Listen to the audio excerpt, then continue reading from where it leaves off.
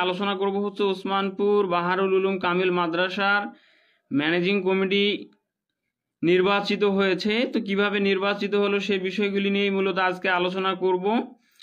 তো প্রথমত যে প্রশ্নটা হলো বা প্রথমত যে কথা সেটা হলো নির্বাচনী প্রচারণা। কোনো একটা নির্বাচন করতে গেলে সেখানে কিন্তু নির্বাচনী প্রচারণা করার দরকার আছে বা প্রচারণা হয়। যেমন আমাদের যে ওসমানপুর বাহারুল উলুম কামিল মাদ্রাসায় পূর্বে যে নির্বাচনগুলি হয়েছিল সেখানে আমরা দেখেছিলাম মাইকিনের মাধ্যমে প্রচার প্রচারণা হতো, পোস্টারের মাধ্যমে প্রচার প্রচারণা হতো এবং প্রত্যেকটা ক্লাসে কিন্তু নোটিশ দেওয়া হতো। নোটিশে এভাবে বলা থাকতো যে অমুক তারিখ থেকে অমুক তারিখ পর্যন্ত আপনাদের অভিভাবকরা বা প্রত্যেকটা স্টুডেন্টকে কিন্তু জানানো হতো যে আপনাদের অভিভাবকরা যদি কেউ ওসমানপুর বাহারুল উলুম ফাজিল ডিগ্রি মাদ্রাসার ম্যানেজিং কমিটির প্রার্থী হতে চায় তাহলে একটা তারিখ দেওয়া থাকতো, ওই তারিখ থেকে ওই তারিখের মধ্যে নমিনেশন নেওয়া এবং জমা দেওয়ার কিন্তু তারিখটা উল্লেখ করা হতো এবং এটা প্রত্যেকটা ক্লাসে বলা হতো, মাইকিং করে বলা হতো এবং পোস্টারের মাধ্যমে কিন্তু বলা হতো।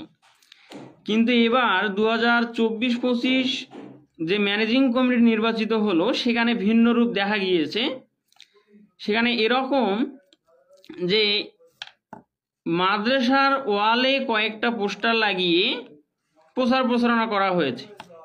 প্রত্যেকটা ক্লাসে স্টুডেন্টদেরকেও বলা হয় নাই বা প্রত্যেকটা ক্লাসে যে নোটিশ দেয় সেই নোটিশটাও দেওয়া হয় নাই এবং মাইকিনের যে বিষয়টা সেই মাইকিনটাও আমি অনেককে জিজ্ঞেস করছি, কেউ জানে না মাইকিনের বিষয়ে, তাহলে মাইকিনটাও কিন্তু করা হয় নাই।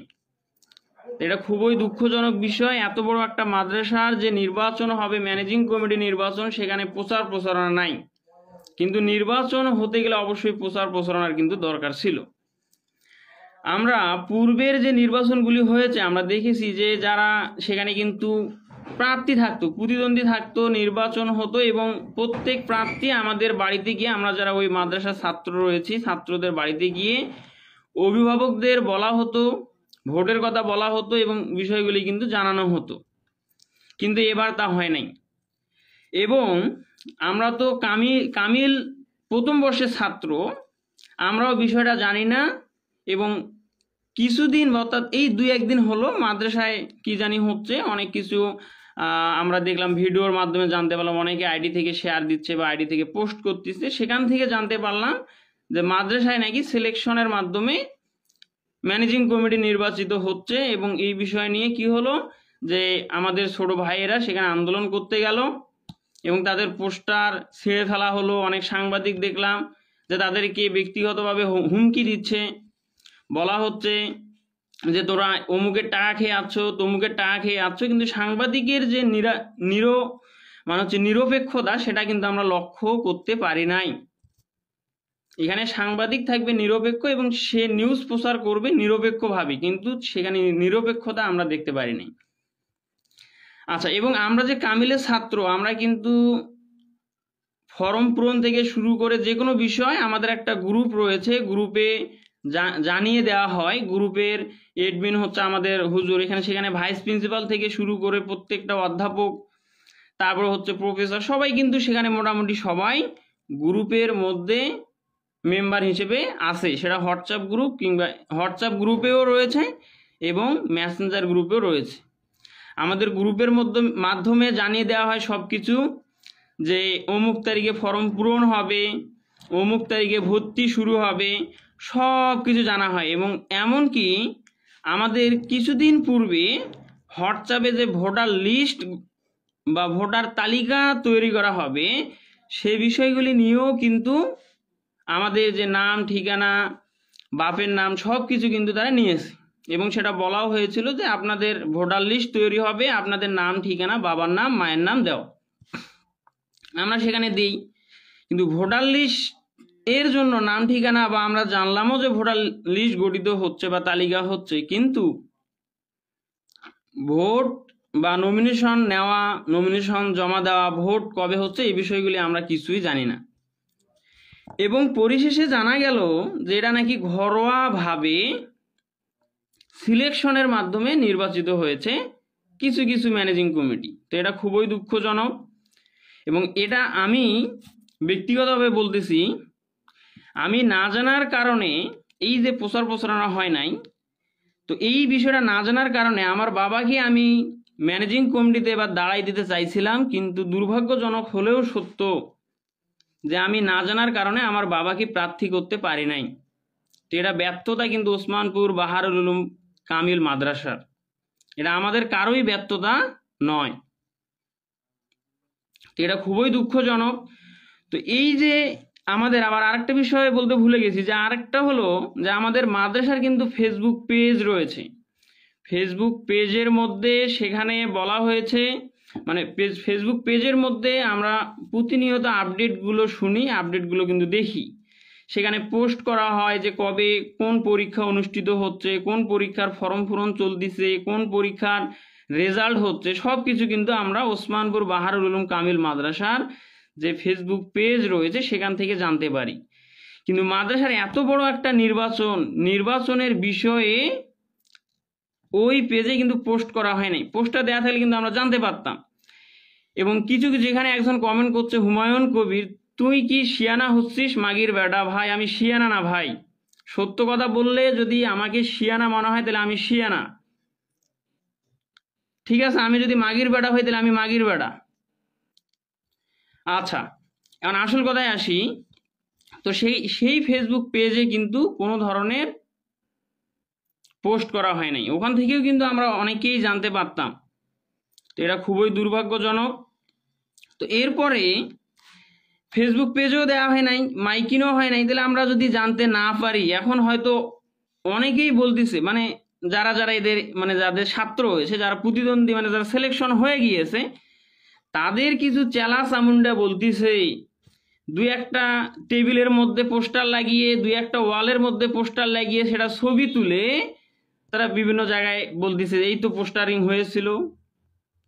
আচ্ছা ভাই, যদি ঘরের মধ্যে, টেবিলের মধ্যে কিংবা একটা ওয়ালের মধ্যে পোস্টারিং হয়, তাহলে তো এই ওসমানপুর মাদ্রাসায় তো শুধু ঘরের যে কয়েকজন তো পড়ে না।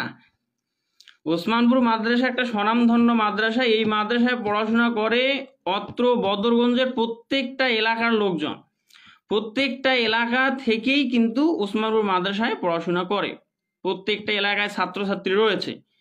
তাহলে শুধু মাদ্রাসার যে এরিয়া, মাদ্রাসার মধ্যে পোস্টারিং করলে তো মানুষ জানবে না। ইতিমধ্যে এটা রমজান মাস, মাদ্রাসা এমনিতেই বন্ধ, বন্ধের মধ্যে হচ্ছে নির্বাচন, বন্ধের মধ্যে হচ্ছে প্রচারণা। তাহলে মাদ্রাসা এই বন্ধের মধ্যে যদি কেউ পোস্টার লাগায়, তাহলে এই পোস্টারটা তো কারো দেখার কথা না। আমার বাবা এখানে প্রার্থী হবে, তাহলে আমার বাবা কি মাদ্রাসার ওয়ালে গিয়ে খুঁজবে যে কবে ভোট হবে, কবে কি হবে? আমি মাদ্রাসায় হয়তো যাইতে পারি, মাদ্রাসা থেকে আমি খোঁজ খবর নিয়ে আসবো বা আমি জানবো, আমার বাবাকে জানাতে হবে, কারণ আমার বাবার তো কাজ কাম আছে, সে তো মাদ্রাসায় গিয়ে বসে থাকবে না যে কবে নির্বাচন হবে আর কবে না হবে ইত্যাদি বিষয়। তো এইটা খুবই দুঃখজনক। এই প্রচারণা না হওয়ার কারণে কি হয়েছে, দু একজন মানে যারা যারা এখানে নমিনেশন কিনেছে তারাই সিলেকশনের মাধ্যমে ম্যানেজিং কমিটি সদস্য যা যাবতীয় সব হয়ে গিয়েছে। তাহলে এটা আওয়ামী লীগের আমলেও, এখন এটা যদি আমরা বিরোধিতা করি তাহলে তারা বলতেছে যে আমরা আওয়ামী লীগের এজেন্ডা বাস্তবায়ন করতে যাচ্ছি নাকি। তাহলে এটা যদি এখন বলি যে আওয়ামী লীগের আমলেও কিন্তু সেটা অবৈধভাবে হোক বৈধভাবে হোক নির্বাচন হয়েছিল, কিন্তু আওয়ামী লীগ এই দেশ থেকে চলে যাওয়ার পরেও আমরা আজকে সঠিকভাবে কথা বলতে পারতেছি না, এবং আমরা নির্বাচন থেকে, আমাদের ভোটার অধিকার থেকে বঞ্চিত। এটা খুবই দুঃখজনক। আমি আজকের এই লাইভ থেকে জানাতে চাই যে যারা এই যে অবৈধভাবে নির্বাচিত হয়েছে, এটার প্রশাসন থেকে সুষ্ঠুভাবে তদন্ত করে এটা এই নির্বাচনকে বাতিল করে আবার নির্বাচন অনুষ্ঠিত করতে হবে। এটা শুধু আমার একার না, অত্র মাদ্রাসার প্রত্যেকটা ছাত্র ছাত্রীর দাবি, প্রত্যেকটা ছাত্রছাত্রীর চাওয়া পাওয়া। এখানে ওই যে সিলেকশনের মাধ্যমে যারা যারা নির্বাচিত হয়েছে তাদের কিছু চেলাচামুন্ডা কিন্তু এখানে এসে কমেন্ট করতেছে, তারা বিভিন্ন জনকে গালিগালাজ করতেছে, এতেই বোঝা যায় যে তাদের বংশগত পরিচয়টা। আমি এখানে যারা সিলেকশনের মাধ্যমে, এটা কিন্তু একটা পারিবারিকভাবে নির্বাচন হয়েছে, যাতে এই যে অত্র মাদ্রাসার, এবং এই মাদ্রাসা কিন্তু হয়তো এই মাদ্রাসা কিন্তু একটা ছোটোখাটো মাদ্রাসা না, এই মাদ্রাসার সয় সম্পত্তি এবং এই মাদ্রাসার সুনাম কিন্তু ব্যাপক। এই মাদ্রাসার এই ঘরোয়া পদ্ধতিতে সিলেকশনের মাধ্যমে যারা নির্বাচিত হয়েছে তাদের মূল উদ্দেশ্যই হলো যে এখান থেকে মাদ্রাসার সম্পদ কিভাবে ভোগ করা যায়, কিভাবে আত্মসাৎ করা যায়। আচ্ছা, তারা কমিটি হোক, সভাপতি হোক, মাদ্রাসা যাই হোক, আমাদের কোনো আপত্তি নাই, কিন্তু সেটা বৈধভাবে আমাদের স্টুডেন্টদের অভিভাবকের ভোটে নির্বাচিত হোক, কোনো দুঃখ নাই, কোনো সমস্যাও নাই, কিন্তু তারা সিলেকশনের মাধ্যমে কেন হবে? এবং এখানে প্রতিদ্বন্দ্বী যারা ছিল তাদেরকেও বিভিন্নভাবে হুমকি দিয়ে বা তাদেরকে টাকার প্রলোভন দেখিয়ে তাদের যে নমিনেশন সেটা কিন্তু তারা উইথড্র করে নিয়েছে।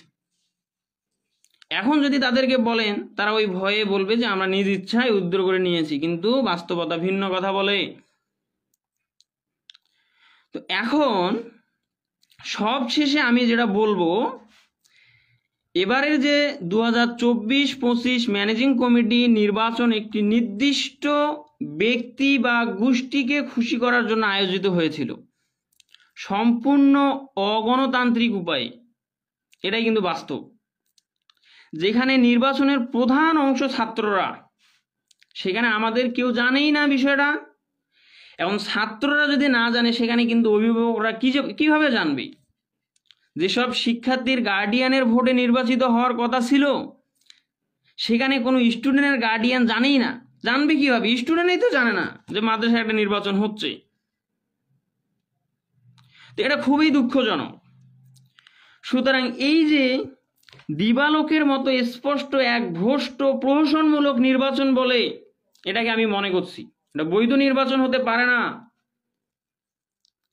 আমি স্পষ্ট কণ্ঠে স্পষ্টভাবে জানাতে চাই, এই নির্বাচন আমি বা আমরা কেউই মানি না। আমাদের কেউই এই নির্বাচন মানে না। শুধু তারাই মানে যারা বা যাদের এখানে স্বার্থ রয়েছে। যারা নির্বাচিত হয়েছে তো তারা তো মানবেই, কারণ তারা নির্বাচিত হয়েছে, তাদের কোনো বিনা ভোটে ভোট লাগে নাই, ঘুরতে হয় নাই, টাকা খরচ হয় নাই, পোস্টারিং করা লাগে নাই, কোনো কিছু নাই, তারা এমনিতেই একটা পদ পেয়ে গেল, তাহলে তো তারা তো কি করবে? মানবেই এটা। কিন্তু এটা এই মাদ্রাসার যে স্টুডেন্ট রয়েছে, কোনো স্টুডেন্টই কিন্তু এটা মানবে না, এটা মানতেই পারে না। ঠিক আছে, এই নির্বাচনের ফলাফল আমি ঘৃণার স্বরে প্রত্যাখ্যান করছি, ঘৃণার স্বরে। সেই সাথে এই ফলাফল বাতিল করে পুনরায় নির্বাচনের দাবি জানাচ্ছি। যদি আমাদের দাবি মানা না হয়, আমি আরেকটা বিষয় বলতে চাই যে আমাদের দাবি যদি মানা না হয়, যদি স্বচ্ছতা ও জবাবদিহিতা সহকারে পুনরায় নির্বাচন অনুষ্ঠিত না হয়, যদি এই কমিটি বাতিল করা না হয়, তাহলে আমি বা আমরা, আমার যে বন্ধু বান্ধব রয়েছে কামিল প্রথম বর্ষে অধ্যয়নরত, আমরা এটা সিদ্ধান্ত নিব যে কিউএ কামিল পরীক্ষা দিব না, আমাদের সার্টিফিকেটের দরকার নাই। যেখানে অবৈধভাবে সব কিছু হচ্ছে, তো সেখানে আমাদের এই অবৈধ সার্টিফিকেটেরও কোনো দরকার নাই। কামিল পরীক্ষায় আমরা অংশগ্রহণই করব না। যদি কেউ অংশগ্রহণ করে তাহলে আমরা তাকে সামাজিকভাবে বয়কট করব। সেই সাথে এই ব্যর্থতার দায় আমাদের মাননীয় প্রিন্সিপাল হুজুর, সংশ্লিষ্ট কমিটি ও শিক্ষক বৃন্দদের বহন করতে হবে। এটাই হলো আসল কথা। তো আপনারা লাইভে কে কি কমেন্ট করেন, কে কি কমেন্ট না করেন, সেটাতে আমার কোনো যায় আসে না। আমি সত্যের পথে থাকব এবং আমি চাই যে মাদ্রাসায় সঠিকভাবে নির্বাচন হোক। পূর্বে যেভাবে নির্বাচন হয়েছে সেভাবেই নির্বাচন হোক এবং হতেই হবে। আমি আর আমার লাইফটাকে দীর্ঘক্ষণ বা দীর্ঘস্থায়ী করতে চাচ্ছি না, এখানেই শেষ করব। এবং এটা যদি বাস্তবায়িত না হয় তাহলে ইতিমধ্যে ওসমানপুর বাহারুল উলুম কামিল মাদ্রাসায় এক বিশাল আন্দোলন গঠিত হবে ইনশাআল্লাহ। এই কথাটা আমি বলে দিলাম, একটা বিশাল আন্দোলন। এবং সেখানে যেহেতু আমাদের ছোট ভাইয়েরা আন্দোলন করতে গিয়েছিল, অন্যায়ের প্রতিবাদ করতে গিয়েছিল, তাদের পোস্টার ছিঁড়ে ফেলা হয়েছে। একজন সাংবাদিক তাদেরকে হুমকি দিয়েছে। হুমকি বলতে কি, তাদেরকে ব্যক্তিগতভাবে আঘাত করা হয়েছে যে কবির টাকা দিয়েছে মুক্তার, কে কবির মুক্তারকে আমরা চিনি না, কে টাকা দিয়েছে না দিয়েছে। তাহলে সাংবাদিক এভাবে কোনোদিন প্রশ্ন করতে পারে না। আমরা তো আরো অনেক ইন্টারভিউ দেখেছি, সেখানে কি সাংবাদিক ওইভাবে প্রশ্ন করেছে কাউকে? তাদের পোস্টার কেন ছিঁড়ে ফেলা হলো, কেন তাদেরকে মাদ্রাসার মাঠ থেকে তাড়িয়ে দেওয়া হলো? তাদের যেটা মনে হবে, যেভাবে তাদের কাছে ন্যায় মনে হবে, তারা সেভাবে আন্দোলন করবে, এটা তাদের ব্যক্তিগত অধিকার। এই যে সিলেকশনের মাধ্যমে নির্বাচন হয়, প্রত্যেকটা স্টুডেন্টের অভিভাবকরা ভোট দেওয়া থেকে বঞ্চিত হয়েছে, এর দায় কে নেবে? আজকের এই লাইভ থেকে আমি জানিয়ে দিতে চাই যে এই যে নির্বাচন, এই নির্বাচনকে সঠিকভাবে তদন্ত করা হোক। প্রশাসনের দৃষ্টি আকর্ষণ করছি, প্রশাসন যাতে এটাকে সঠিকভাবে তদন্ত করে যে নির্বাচন হয়েছে নাকি হয় নাই, এটা বৈধভাবে হয়েছে নাকি অবৈধভাবে হয়েছে।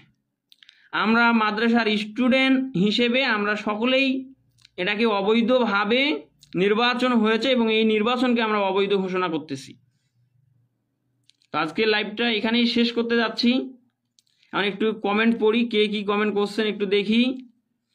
আপনারা এই যে লাইভটার পক্ষে বিপক্ষে কমেন্ট করতে পারেন, কোনো অসুবিধা নাই, তাতে আমার কোনো যায় আসে না।